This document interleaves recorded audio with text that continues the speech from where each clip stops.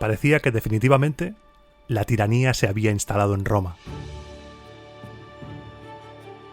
Cada día que pasaba, el pueblo se cargaba de más y más razones para alzarse contra el decemvirato. El vil asesinato de Lucio Sicio prendió la llama entre una parte del ejército, pero todavía teníamos que vivir la última canallada. Ese último atropello que sellaría para siempre el destino de Apio Claudio y de sus compinches. Hoy, en Roma Eterna, viviremos la caída del decemvirato, el juicio a sus miembros y, de postre, hablaremos un poco sobre las leyes de las 12 tablas. Coge tus mejores sandalias, que comenzamos.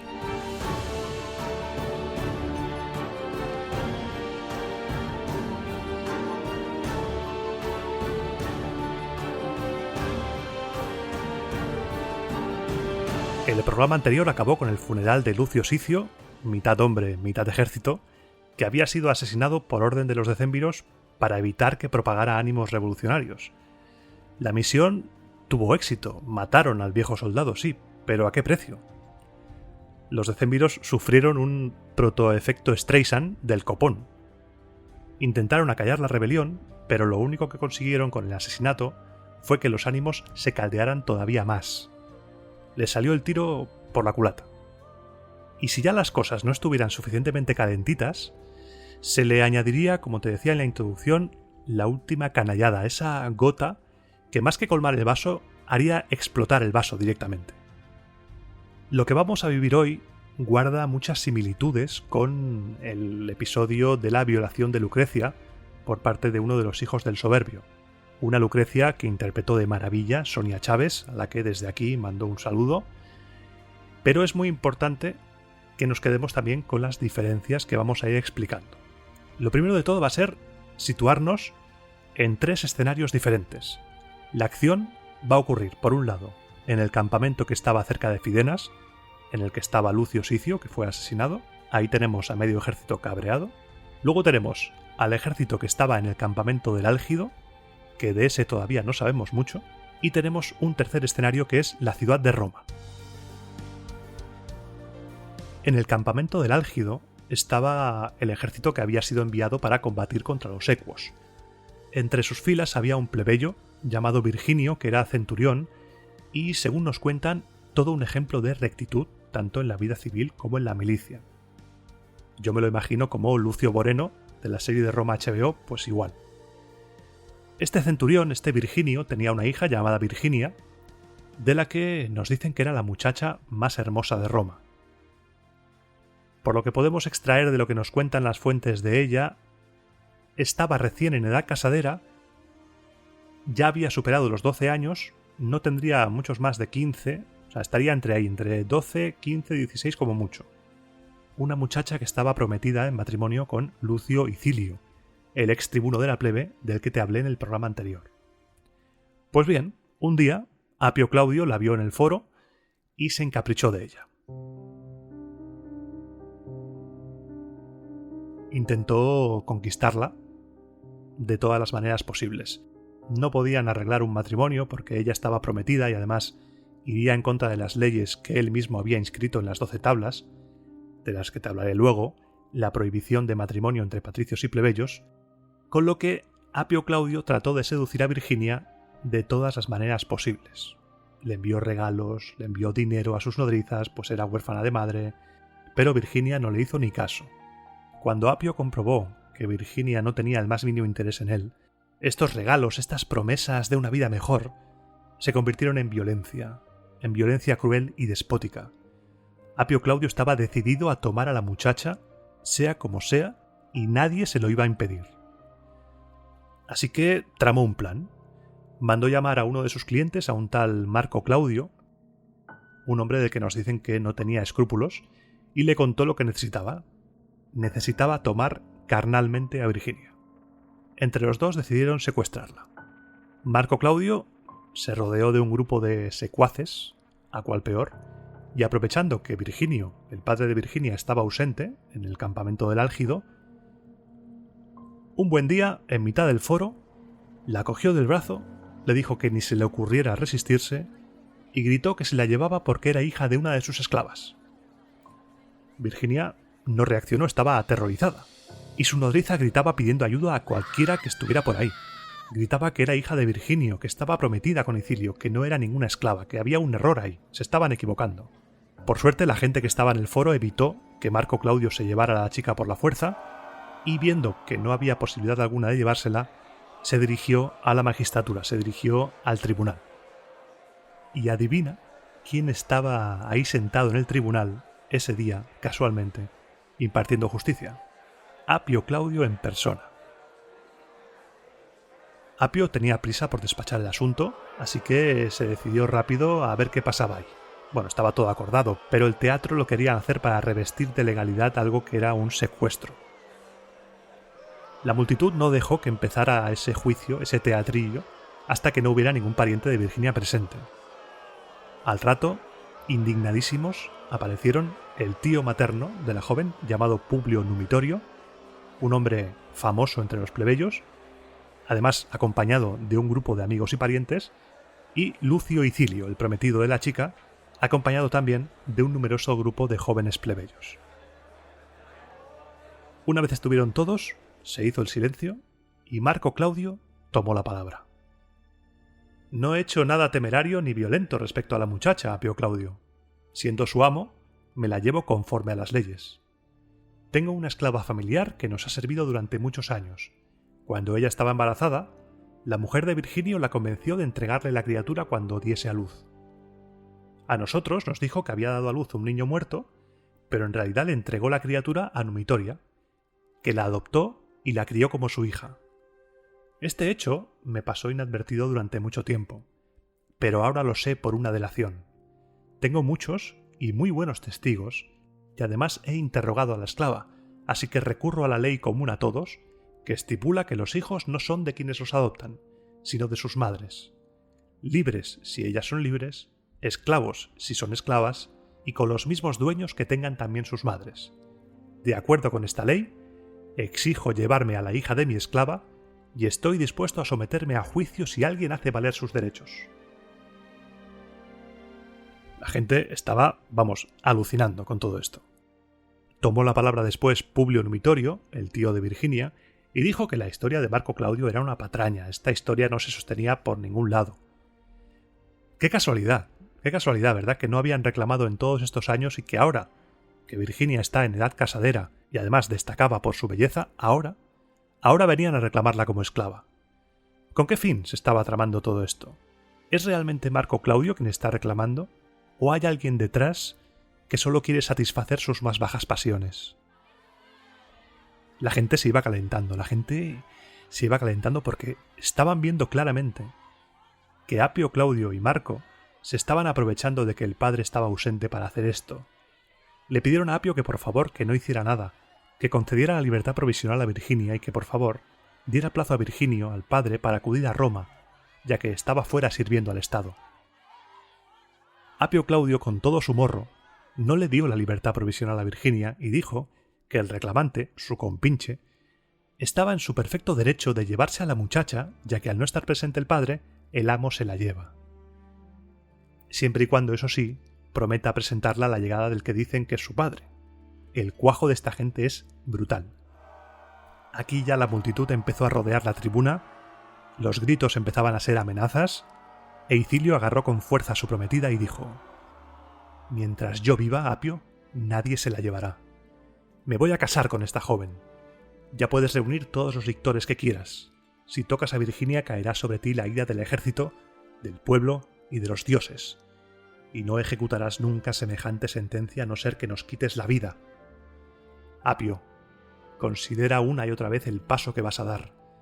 Si has decidido violar las leyes y arrebatarnos nuestra libertad, tras cortar mi cuello, llévatela donde te parezca y también llévate a las demás doncellas y mujeres, para que entonces por fin se enteren los romanos de que son esclavos en lugar de hombres libres. Venga, hazlo. ¿A qué estás esperando? Mátame, mátame delante de todo el mundo».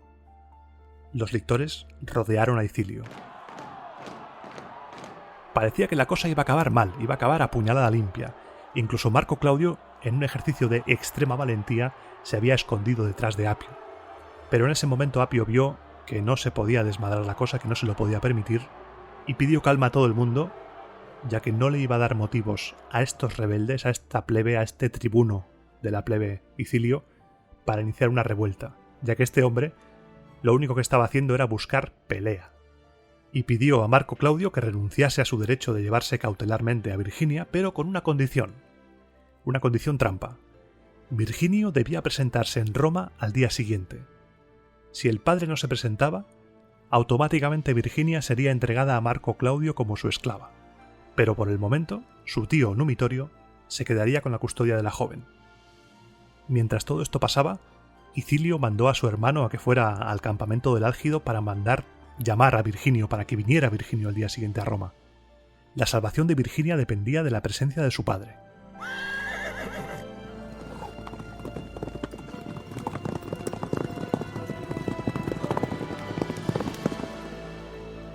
Apio, por su parte, se retiró a su casa y tardó 0,0 segundos en escribir a sus colegas decémviros, a los que estaban al frente del campamento del Álgido, para que no dieran permiso a Virginio. Por favor, no les deis permiso a este hombre, haced todo lo posible, detenedlo, matadlo, lo que sea, que no se mueva del campamento.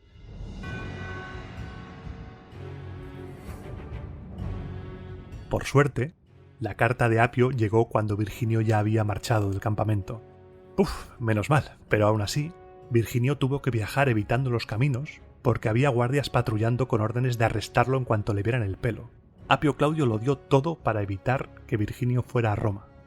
Pero llegó el amanecer y toda la ciudad estaba en el foro, en vilo, cuando de repente, imagínate la escena, aparece al fondo Virginio, vestido de luto, completamente de negro, junto a su hija, cubierta de andrajos, acompañados los dos de una comitiva de matronas y con un enorme grupo de gente dispuesta a defender su causa.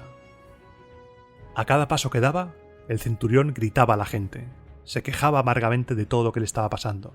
¿De qué sirve que Roma esté a salvo si sus hijos tienen que sufrir como si hubiera tomado la ciudad del enemigo?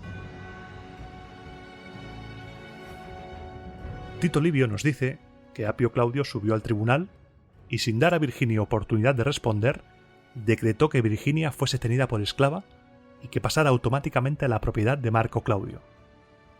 Me gusta especialmente este punto del relato porque Tito Livio nos cuenta que no se fía de ninguno de los historiadores anteriores a los que ha consultado, ya que no le parece en absoluto verosímil nada de lo que cuentan, y solamente dice que Apio Claudio la condenó a ser esclava.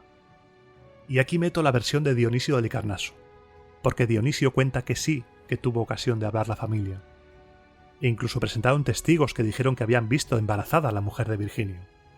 Además, en la versión de Dionisio, aparece el propio Apio Claudio testificando en favor de su cliente, diciendo que recordaba perfectamente la historia que cuenta.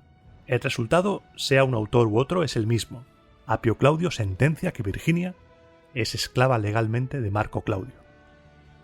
Todo el mundo se quedó como diciendo, ¿esto está pasando de verdad?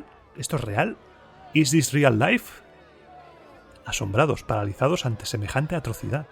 De manera arbitraria, sin pruebas, Apio Claudio había condenado a una joven plebeya libre a la esclavitud. Marco Claudio fue a echar mano de su propiedad, de la joven Virginia, pero en ese momento las matronas, como guardia de corps de Virginia, evitaron que la cogiera. Apio Claudio se levantó de su asiento completamente ido, mezclando este alboroto por lo de Virginia con unas supuestas reuniones secretas para levantarse la plebe contra los decémviros, totalmente desquiciado, y ordenó a un lictor que apartara a la gente y abriera paso al amo para que cogiera a su esclava. «Llévatela sin temor, Marco Claudio, pues las 12 hachas de Apio te escoltarán». La multitud se apartó y Virginia se quedó sola en el medio. Y aquí tenemos dos versiones diferentes. Una, la de Tito Livio, en la que Virginio le pide un momento a solas con su hija y con la nodriza para acabar de hablar el asunto, y otra, la de Dionisio, en la que le pide a Apio Claudio unos minutos a solas para despedirse de su hija antes de que se la lleve Marco Claudio. Apio, ya sea en una versión u otra, permitió esa última reunión de despedida padre e hija, y Virginio se llevó a su hija aparte. Se la llevó apartada un poco de la multitud, y mientras se alejaban pasaron cerca de una carnicería y Virginio cogió sin que nadie se enterara un cuchillo. Y una vez juntos y apartados, Virginio, con lágrimas en los ojos, la abrazó y mientras atravesaba las entrañas de Virginia con el cuchillo le dijo: «Te libero de la única forma que sé, hija mía».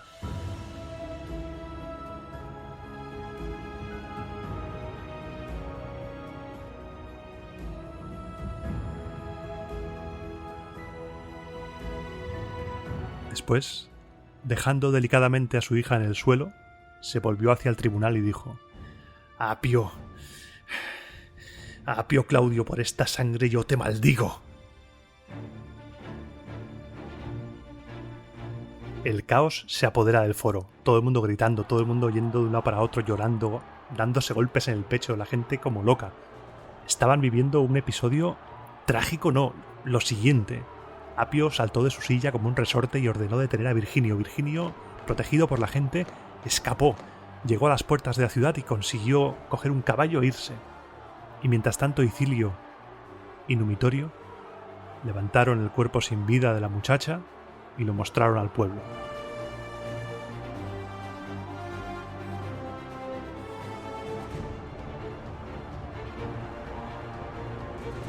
En este punto ya Roma se subleva, en parte por el terrible crimen y en parte porque habían visto una pequeña rendija por la que recuperar la libertad. El cadáver de Virginia fue colocado en un lugar en el foro en el que podía verlo todo el mundo. La situación se descontroló del todo. La gente evitó que los lictores detuvieran a Icilio y a Numitorio. Incluso hasta los senadores Valerio y Horacio se enzarzaron con los lictores. La gente rompía las hachas de los lictores. La revolución estaba aquí.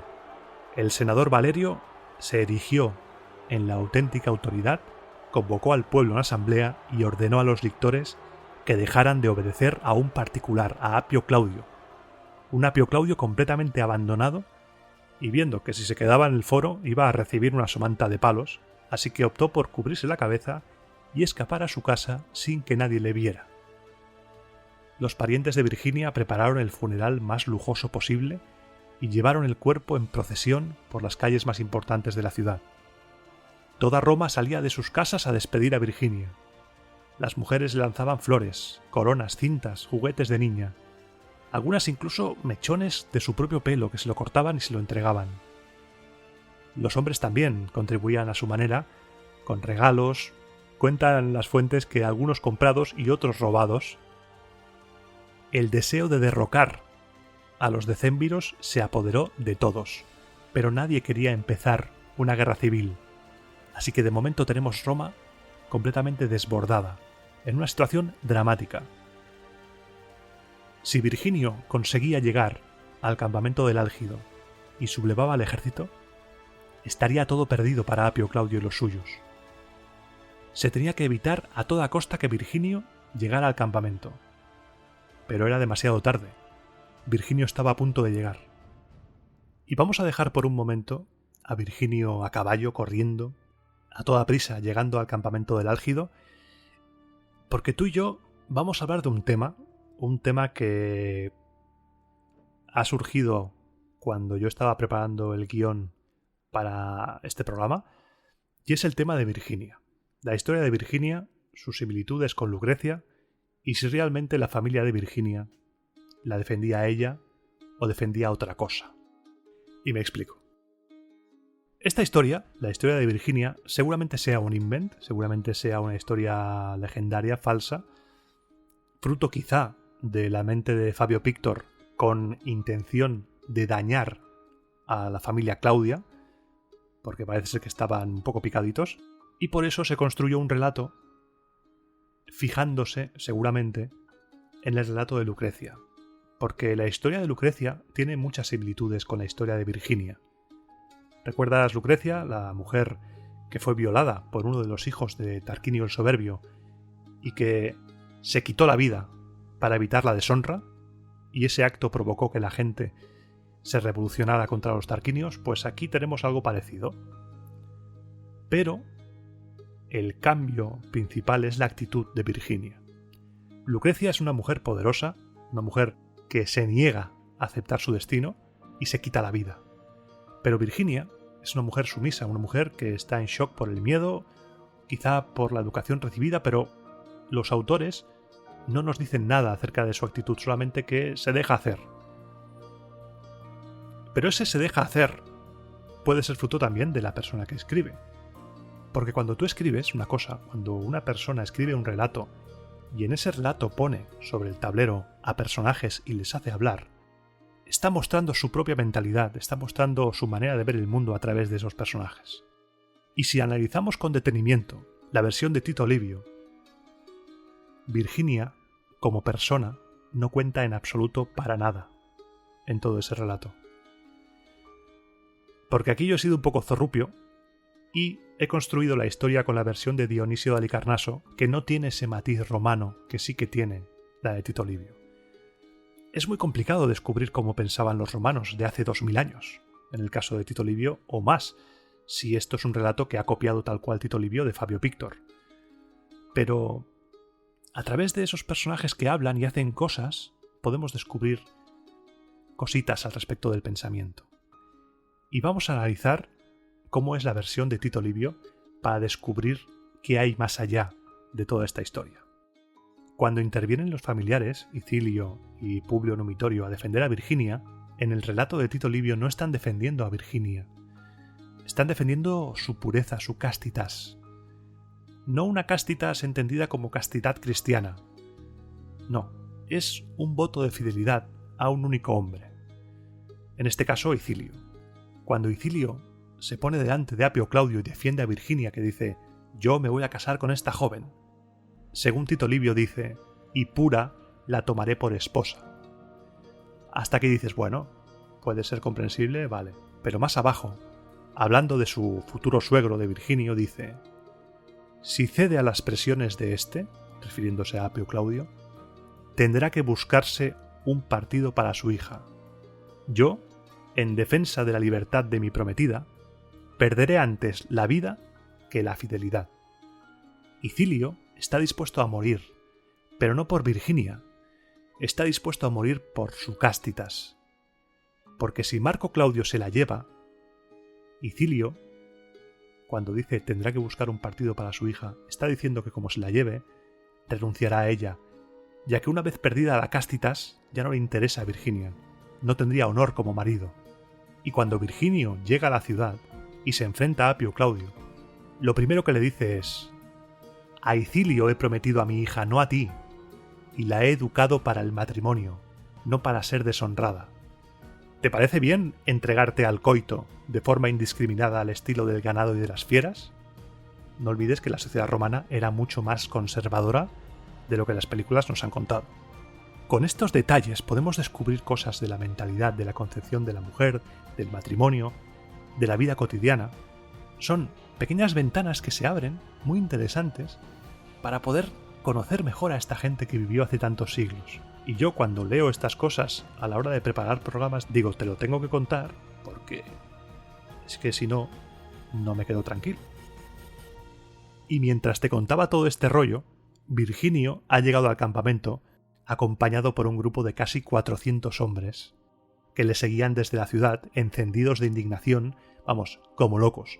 Además, imagínate la imagen de Virginio con el cuchillo ensangrentado en la mano, él mismo salpicado con la sangre de su hija, una imagen que debía ser muy potente. Los generales ordenaron detener inmediatamente a Virginio, pero los centuriones se negaron. No había marcha atrás. Gran parte del ejército se sublevó y ocupó el Aventino, animando a todos los plebeyos a recuperar su libertad y a nombrar de nuevo tribunos de la plebe. Como no había ningún líder, se nombró a 10 tribunos militares para que les representaran y que llevarían el mando supremo de ese ejército.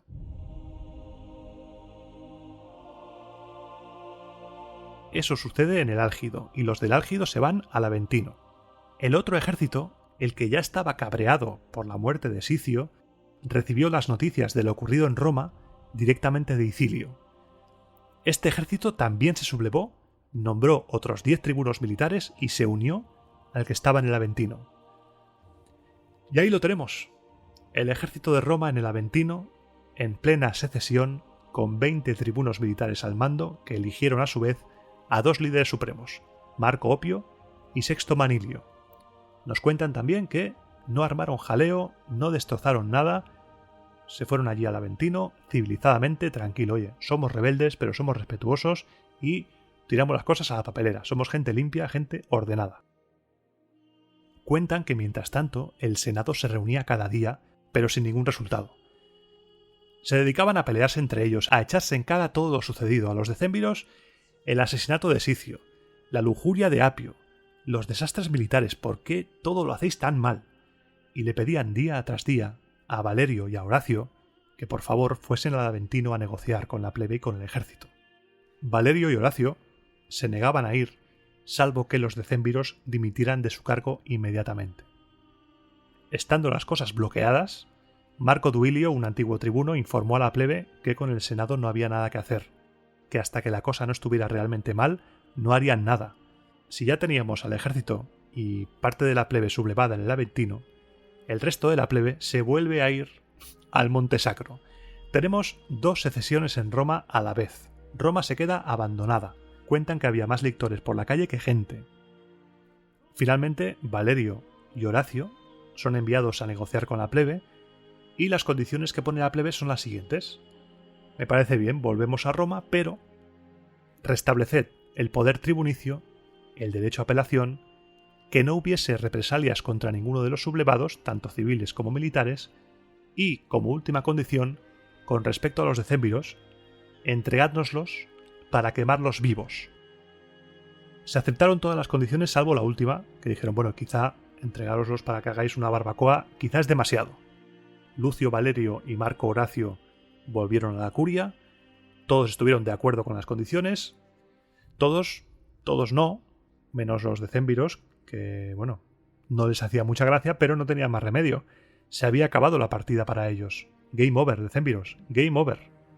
El Senado decretó 3 cosas. La dimisión inmediata de los decémviros, que Quinto Furio, pontífice máximo, gestionara la elección de nuevos tribunos de la plebe y que nadie fuese perseguido, tanto militar como civil, por esta secesión. Una vez levantada la sesión, después de emitir estos senado consultos, los decémviros se presentaron en la asamblea, dimitieron de su cargo y hubo gran regocijo. Y todavía estamos en el año 449. Los delegados del Senado se dirigieron al pueblo y dijeron: para bien, prosperidad y felicidad vuestra y del Estado, volved a vuestra patria al lado de vuestros penates, de vuestras esposas y de vuestros hijos, pero que la moderación de la que habéis dado muestras aquí, donde ninguna propiedad ha sufrido destrozos, a pesar de las numerosas necesidades para atender a tan gran multitud, que esa misma moderación os acompañe a la ciudad. Id al Aventino, de donde partisteis. Allí, en aquel lugar propicio en el que pusisteis los primeros fundamentos de vuestra libertad, elegiréis tribunos de la plebe. El pontífice máximo estará dispuesto para presidir los comicios.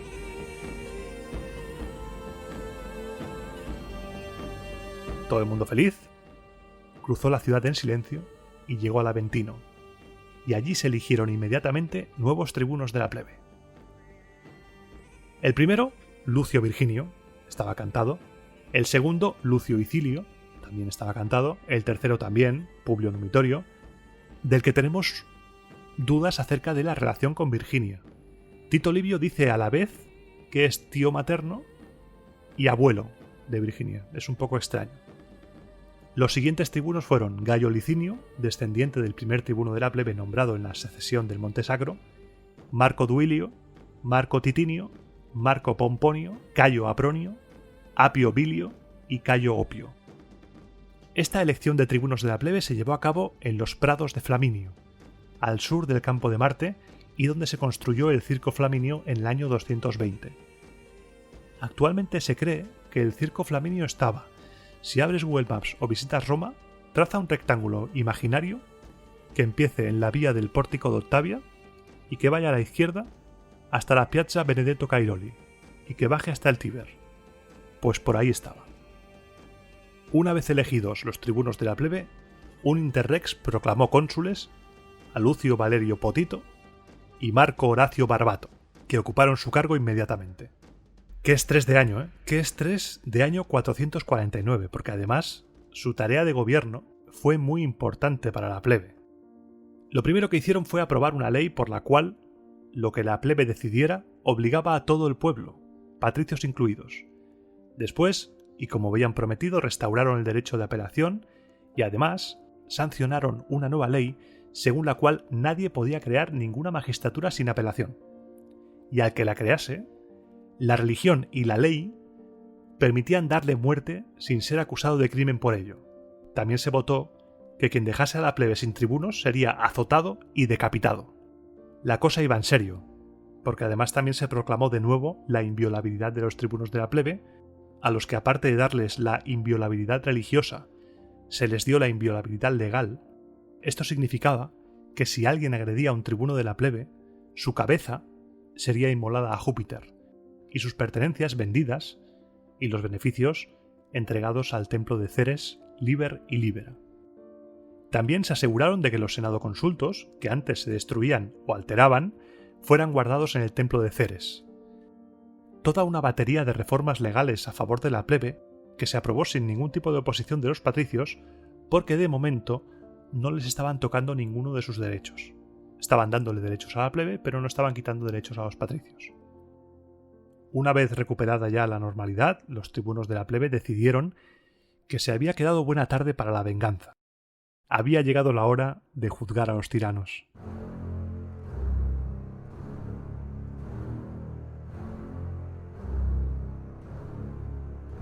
Se empezaron a formar tribunales para juzgar a los exdecémviros y el primer acusado fue Apio Claudio.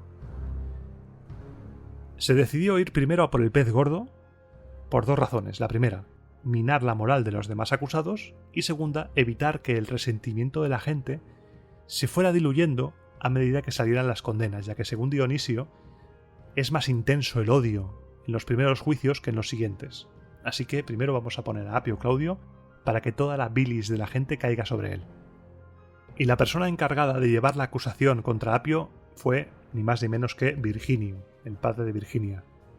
El espectáculo estaba servido. Y ahí apareció Apio Claudio, en el foro, caminando erguido como el Julio César de Asterix, rodeado de jóvenes patricios que le servían de escolta. Virginio tomó la palabra y dijo: «La oratoria se inventó para las causas dudosas. Por consiguiente, ni yo perderé el tiempo acusando ante vosotros a un individuo de cuya crueldad vosotros mismos os librasteis por medio de las armas, ni voy a consentir que tenga el descaro de defenderse. Por eso, Apio Claudio, paso por alto todas las fechorías que de manera impía y detestable tuviste la osadía de acumular una tras otra a lo largo de los años, y solo te acusaré de un delito: haber negado la libertad provisional a una persona libre, decretando ilegalmente su esclavitud. Ordenaré que te metan en la cárcel, a no ser que apeles y aceptes comparecer ante un juez».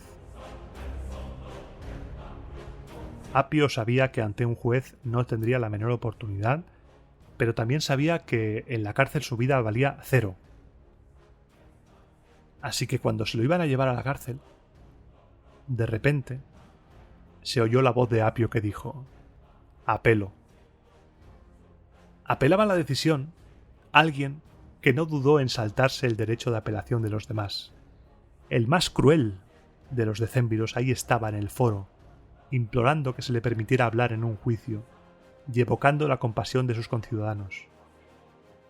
La gente se preguntaba qué pasaría ahora, porque claro, te libras de los decémviros enarbolando la bandera de la libertad y de la justicia. Pero, ¿hasta dónde vas de verdad en serio con ello? ¿Juzgarás de manera justa al tirano? ¿O Roma se había librado de una tiranía para caer en otra? Pero a Virginio los comentarios y el pensamiento de la gente le daba igual. En lugar de dejar libre a Apio mientras esperaba el juicio, no le tembló el pulso y lo metió en la cárcel. Razones para odiar a Apio no le faltaban, la verdad. La gente lo comprendió, aunque se quedaron un poco en shock. Recuerda que Apio Claudio es un personaje muy relevante, es un VIP muy VIP. Apio Claudio entró en la cárcel, pero no se pudo hacer justicia. Antes de llegar el día de su juicio, Apio Claudio murió en la cárcel.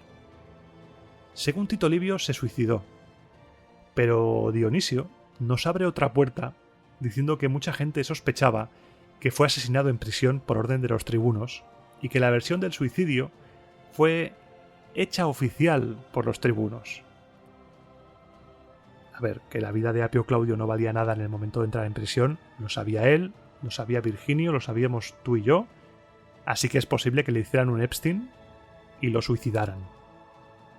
Tras Apio Claudio, el decémbiro más odiado era Espurio Opio. La acusación la presentó Publio Numitorio, que también lo envió a prisión el mismo día, y sospechosamente también murió antes de llegar al juicio. Señores, tenemos aquí un problema de seguridad.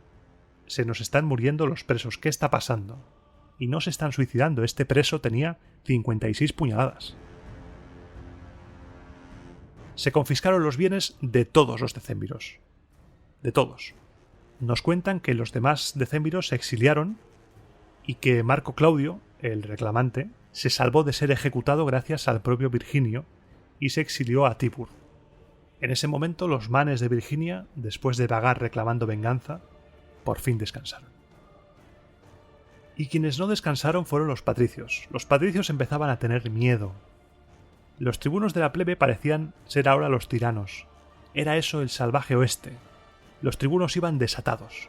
Imagínate si iban desatados que Marco Duilio, uno de los tribunos, dijo, bueno, ya está bien. Ya está bien de detenciones, ya está bien de muertes, no voy a consentir que se demandara ni se metiera en prisión a nadie durante este año. Su intención era hacer borrón y cuenta nueva, volver a la concordia, cerrar heridas, pero a la vez invitaba a los cónsules a velar por la libertad de la plebe y que se hiciera innecesaria la intervención de los tribunos. Los patricios se quedaron por un lado más tranquilos, pero por el otro no, porque Marco Duilio hablaba de concordia a la vez que se cansaba de ejecutar gente y mandaba un mensaje a los cónsules. Unos cónsules que, para los patricios, parecían haberse puesto del lado de la plebe por completo. Durante estos días hubo también noticias, por supuesto, no sería un programa de la República sin noticias de jaleo con los vecinos. Volscos y Equos estaban de nuevo a la gresca, pero en este programa no te voy a hablar de guerra, no vamos a hablar de guerra, así que solo te mencionaré que la gente se alistó en masa, porque los ánimos estaban a tope, y eso ya te lo contaré en el siguiente. Porque ahora mismo, y como es costumbre cuando Roma se enfrenta a varios enemigos a la vez, los dos cónsules, Valerio y Horacio, se repartieron las fuerzas y se repartieron los objetivos, pero antes de partir de la ciudad, dieron una orden: exponer en público y grabadas en bronce las leyes decemvirales, las 12 tablas que suponían poner por escrito el derecho consuetudinario romano. Métele subidón épico a la canción, porque las vamos a repasar ahora mismo.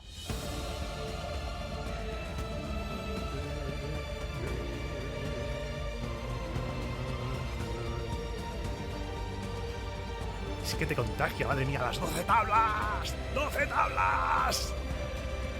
Dame 12 tablas, dame 27 tablas. Venga ahí.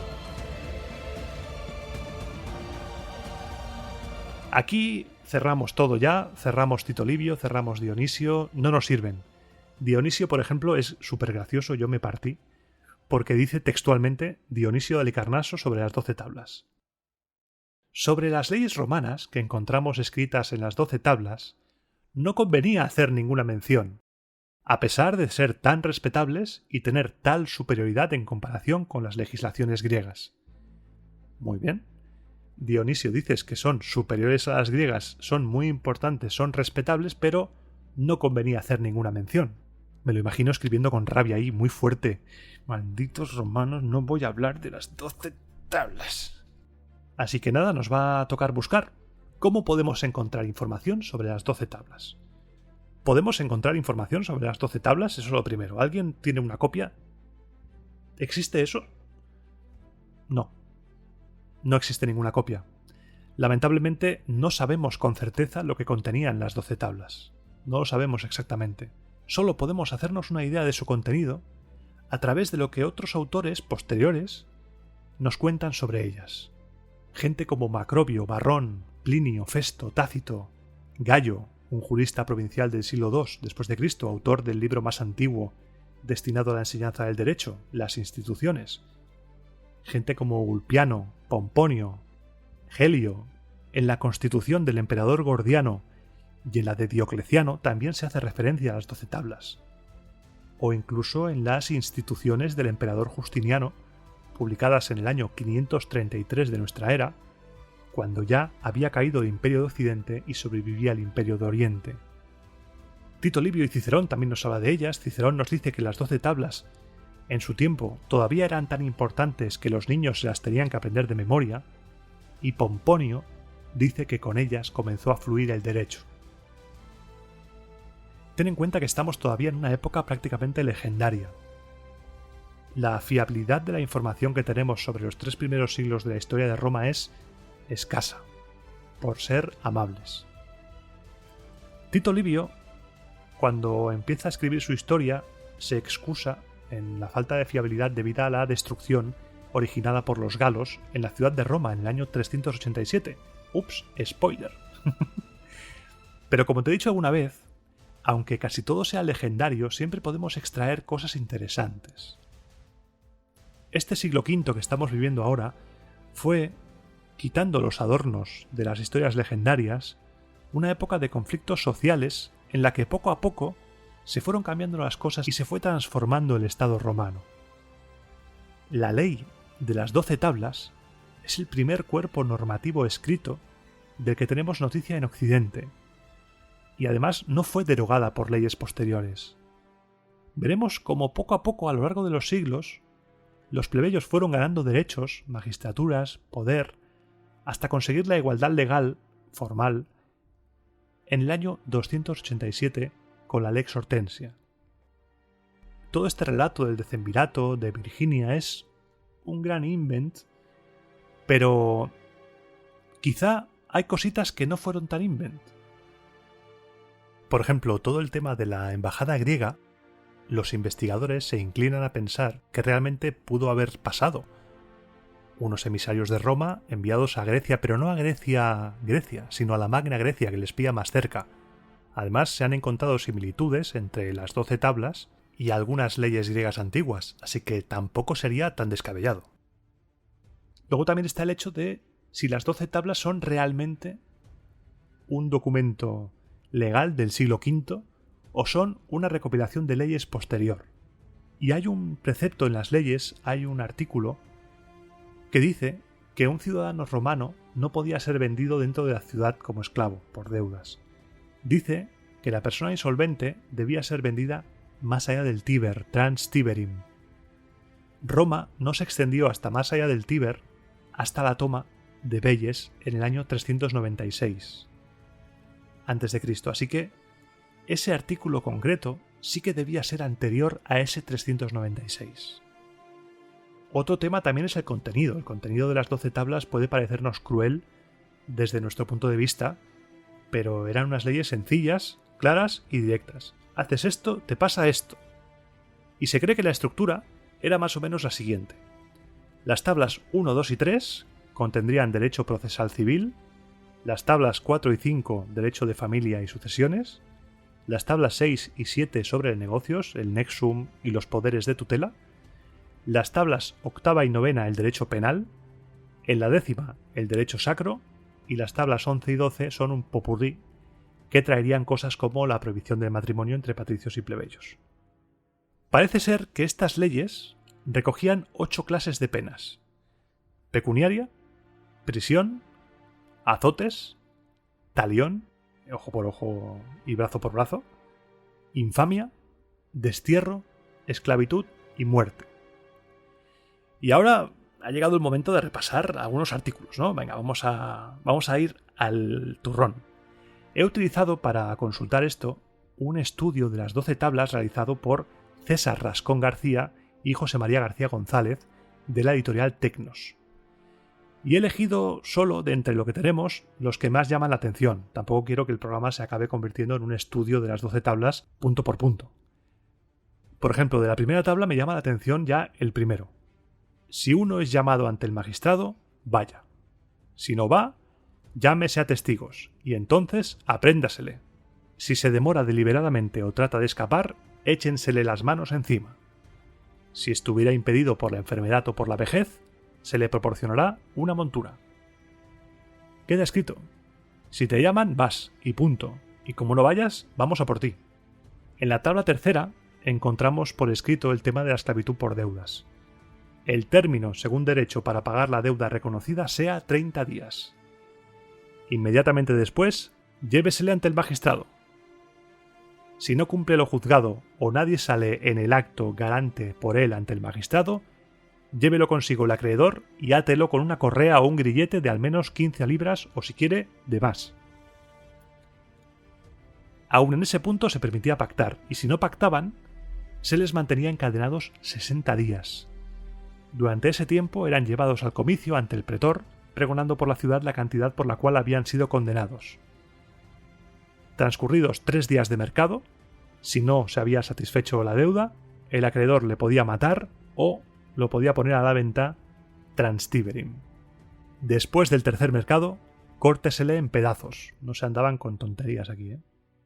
En la tabla cuarta encontramos el famoso si el padre vende 3 veces a su hijo, el hijo queda libre del padre. Según Cicerón, componer una canción que injuriase a otra persona se castigaba con la muerte en las 12 tablas. Los raperos en la antigua Roma tenían que andarse con mucho ojito. Si alguien rompe voluntariamente un miembro a otro, a no ser que pacte con él, aplíquesele el talión. Vamos, que me rompes un brazo, pues yo te rompo otro brazo a ti. Si cometió un hurto de noche y se le mató, sea muerto legítimamente. Según Gelio, por las 12 tablas, el que resultase convicto de prestar falso testimonio sería arrojado desde la roca Tarpeya. Ojo, cuidado aquí también, ¿eh? También dice Gelio que las 12 tablas castigaban con la muerte al juez que aceptase dinero para pronunciar una sentencia favorable a esa persona. En la tabla 10 encontramos también una cosa muy interesante sobre la vida en la ciudad, y es que pone: no se entierre ni incinere ningún cadáver humano dentro de la ciudad. Cicerón nos cuenta que en las 12 tablas se prohibió expresamente el matrimonio entre patricios y plebeyos. Pero te estoy hablando de memoria, creo que 4 o 5 años después, creo que 4 años después de lo que estamos narrando ahora, se va a legalizar el matrimonio entre patricios y plebeyos, así que duró poco. Y por último, Cicerón también nos cuenta que en las 12 tablas se recoge el derecho a apelar toda sentencia y toda pena. Como puedes ver, estas 12 tablas son un origen de incluso nuestro derecho. Tienen artículos, por ejemplo, si te citan y no vas, te vamos a buscar, eso actualmente también se da. El derecho a apelar también. Supusieron además en Roma una revolución en cuanto a seguridad jurídica. Aunque con desigualdades evidentes, por supuesto, debieron hacer de la vida en la ciudad algo más justo, superando ese juego de trileros en los cuales los pontífices y los gobernantes tenían a la población sumida en la oscuridad legal. Poniendo por escrito las leyes, nadie las puede cambiar y sabes a lo que atenerte. Sabes lo que puedes hacer, sabes lo que no puedes hacer y sabes lo que te va a pasar si haces ciertas cosas. Las reglas del juego estaban al alcance de todo el mundo, y si no sabes leer, le pides a otra persona que te las lea y te las aprendes de memoria. Estas 12 tablas, a pesar de ser referencia para siglos venideros y ser la base del derecho escrito romano, fueron mejorándose, fueron complementándose, modificándose algunos artículos con leyes posteriores. Durante todos los programas de Roma Eterna, estamos viendo que todo está en constante evolución, todo cambia. El sistema político, la sociedad, la religión y las leyes también fueron evolucionando.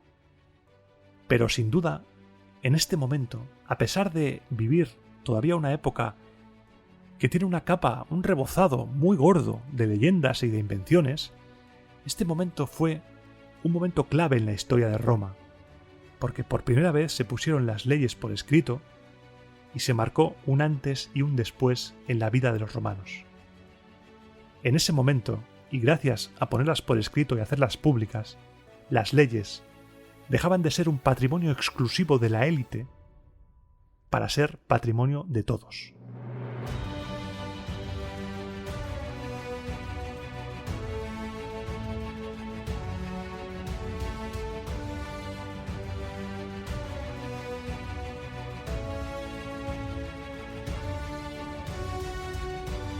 Uf.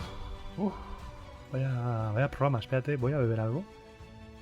Porque si no, me quedo deshidratado en este momento.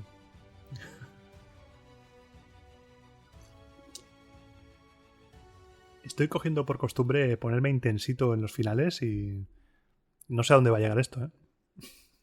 No sé a dónde va a llegar. Ay, qué historia. La de los decemviros, por Dios.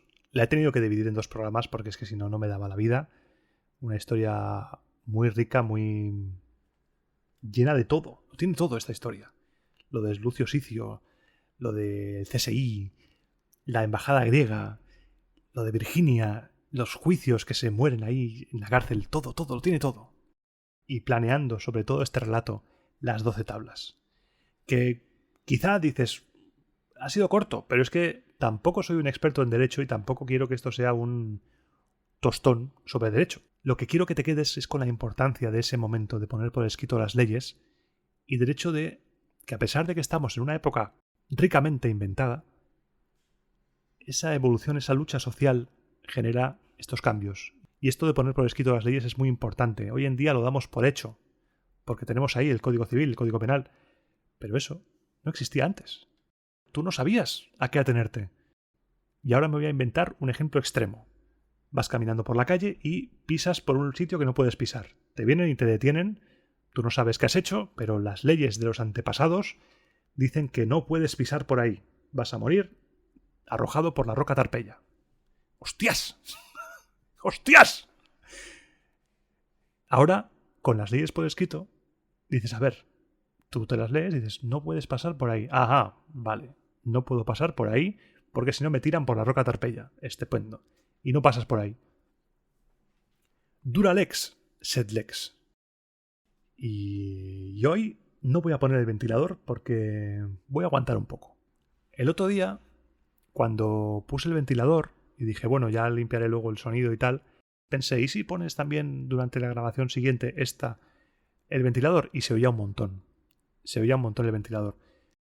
Puedes pensar, Iván, hay software que te permite eliminar el sonido. Yo es que soy un poco cafre con estas cosas, igual es que no sé hacerlo, pero lo he intentado y mi voz queda rara. Mi voz no tiene edición, no me gusta editar la voz. Mi voz es la que es, de vez en cuando sale un gallo, es lo más natural posible. He intentado que no se escuchen sonidos a X decibelios, tal, pero queda raro. Si procesas mucho tu voz, queda metálica, queda hueca, queda... Quizás porque tengo poca mano con esto, pero queda mal, a mi gusto. A mí me gusta la voz natural, esta es la que es, y así es como hablo. Lo único que hago es eliminar los ruidos de fondo, los más salvajes. Pero ya sabes que no lo consigo, porque a veces se escuchan ambulancias, a veces se escucha una moto, un perro ladrando. Esto va como va. Y para la sección de hoy vuelven los deberes porque recibí un mail de Ana Cañás, muy interesante, en el que me plantea una cosa. Que propongamos entre nosotros una lista con 2 o 3 yacimientos romanos o lugares de interés romano de nuestra provincia, de nuestro lugar donde vivimos, y que lo pongamos en comentarios. Y me parece interesante. Y dice ella que en Asturias no hay que perderse la villa romana de Beranes. Hay que ir ahí, tenemos que ir ahí. Por favor, hay que ir. Ahora que nos están vacunando a todos, hay que ir. Así que siguiendo el mensaje de Ana, voy a lanzarte el reto de que me hables de lugares históricos de tu provincia, del lugar donde vives, no solamente romanos, porque igual vives en un lugar en el cual los romanos no llegaron. Así que ahí te lo dejo. ¿Qué sitios guays para visitar hay donde vives? Puede ser bonito. Hacer entre todos una lista puede estar muy bien. Y puedo empezar yo. Lo más cerca que tengo yo así guay de visitar es en Badalona. En el Museo de Badalona están los restos de la Baétulo romana. Luego hay también restos de unos jardines de un señor llamado Quinto Licinio. Y se ha estrenado recientemente una exposición de otra casa que tengo que ir a verla y tiene buena pinta. Y luego un poco más allá pues tengo los restos que haya de Bárquino y de la Barcelona medieval, la Barcelona del siglo XVIII en adelante. Muy guays. Pero si tuviera que quedarme con un lugar de Barcelona, que digas, un lugar, solo un lugar, hay unos restos de un templo de Augusto dentro de un edificio al lado de la catedral en Barcelona. Con todo esto del virus y demás, no sé si está abierto ahora o sigue cerrado, pero ese lugar me gusta ir y sentarme y estar ahí delante de las poquísimas columnas que hay, pero enormes columnas que quedan, y te teletransportas, viajas automáticamente a otra época. Es maravilloso. Y estoy deseando ver tus comentarios, a ver qué hay cosas para visitar cerca de donde vives, porque podemos hacer una guía de viajes ahí a lo bestia entre todos. Eso puede ser maravilloso. Y ya vamos a preparar el último programa como tal de la temporada, que será el programa de los valores romanos. Voy a estar investigando sobre el Mos Maiorum, los valores públicos y privados de los romanos. Vamos a intentar hacer un programa guay sobre ese tema. Y después vendrán los de los dioses, los programas veraniegos de agosto sobre los dioses, que van a estar muy chulos también, ya lo verás. Espero que te gusten mucho. Y antes de despedirme, voy a comentar cómo puedes ponerte en contacto conmigo si quieres. Puedes ponerte en contacto conmigo mediante correo electrónico a la dirección romaeternapodcast@gmail.com, o bien por Twitter en romaaeternafm, o bien por Instagram romaeternapodcast. También puedes comentar lo que quieras, no solo lo del yacimiento histórico, lo que tú quieras en los comentarios de este programa. Y como siempre, es triste pedir, pero más triste es robar. Suscríbete, que es gratis. Si no lo has hecho ya, claro. Suscríbete, que es gratis, a Roma Eterna, para ver todas las notificaciones, todos los mensajes que yo escriba por ahí. Y si crees que este trabajo merece la pena tu dinero, puedes colaborar de dos maneras diferentes. Puedes colaborar suscribiéndote, apoyando de pago el podcast en iVoox, en el botoncito azul, desde 1,49 € al mes, o bien puedes invitarme a un chupito de garum, un chupito de posca, un chupito de mulsum, lo que tú quieras, en la plataforma Ko-fi, de la cual te dejo el enlace aquí abajo en la descripción de este audio. Y sin más, me despido, voy a poner la música, ahí está. Me despido deseando que te haya gustado de corazón el programa, agradeciéndote tu escucha, agradeciéndote que estés ahí cada 15 días, porque me das la vida, me das completamente la vida. Muchas gracias de verdad. Y como siempre, dentro de 15 días, pasaré lista. Te espero en el siguiente programa de Roma a Eterna.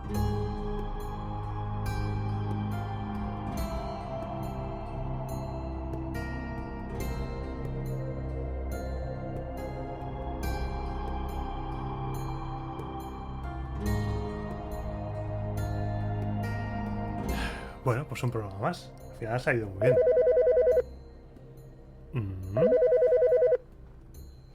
Espera. Ya voy. ¿Dónde está? ¿Dónde está el teléfono? Debajo de la mesa. ¿Diga? Hola, ¿Iván? Sí, ¿quién es? Soy el Iván que está editando. Verás, es que te ha quedado corto el programa. Ha quedado corto y tenemos que rellenar con algo hasta la hora, clavada. ¿Y qué quieres que haga yo? A ver, Roma Eterna iba a durar media hora. Sí, claro. Y Augusto iba a restaurar la República, pero oye, se te calentó el morro y ahora programas de 1 hora, chato. A pechuga. Es que ahora mismo sin frío no se me ocurre nada. Pues puedes contar, por ejemplo, a qué dioses vas a incluir en la lista de los dioses de agosto, los programas de agosto, los cuadernos de dioses, ¿eh? ¿A qué dioses vas a poner, Iván? ¿A qué dioses? ¿Pondrás a Rómulo? Pues todavía no los he pensado. Seguramente aparezca Júpiter, Vesta, por el tema del hogar y demás. Igual Marte, Venus, estoy ahí. Minerva, Juno también es importante. Igual Jano también, pero claro, son 4 y es un inicio, habrá más, pero 4... ¿Y Rómulo? No, Rómulo no. ¿Y por qué no? Es el más grande de los dioses. Un momento. Tú no eres el que está editando. Si el que está editando soy yo. ¿Rómulo? ¿Eres tú? No, soy Quirino de Incógnito. Ya me parecía raro. ¿Qué te pasa, Rómulo? Cuéntame. ¿Te aburres? No sé, me dejo secuestrar un rato. Como no me incluyas en la lista de dioses veraniegos, maldito presentador cacho de carne, te prendo fuego la casa. ¿Cómo dices? No te escucho, ¿eh? Debe ser que tienes poca cobertura o algo, no se te oye bien. ¿Cómo que no se me oye bien? No se te oye. No. Malditos cacharros de mortales. Hola. No. Hola. Venga, hasta luego. A veces es un poco pesadito, ¿eh? Y ahora me está llamando al móvil. Ay. He creado un monstruo.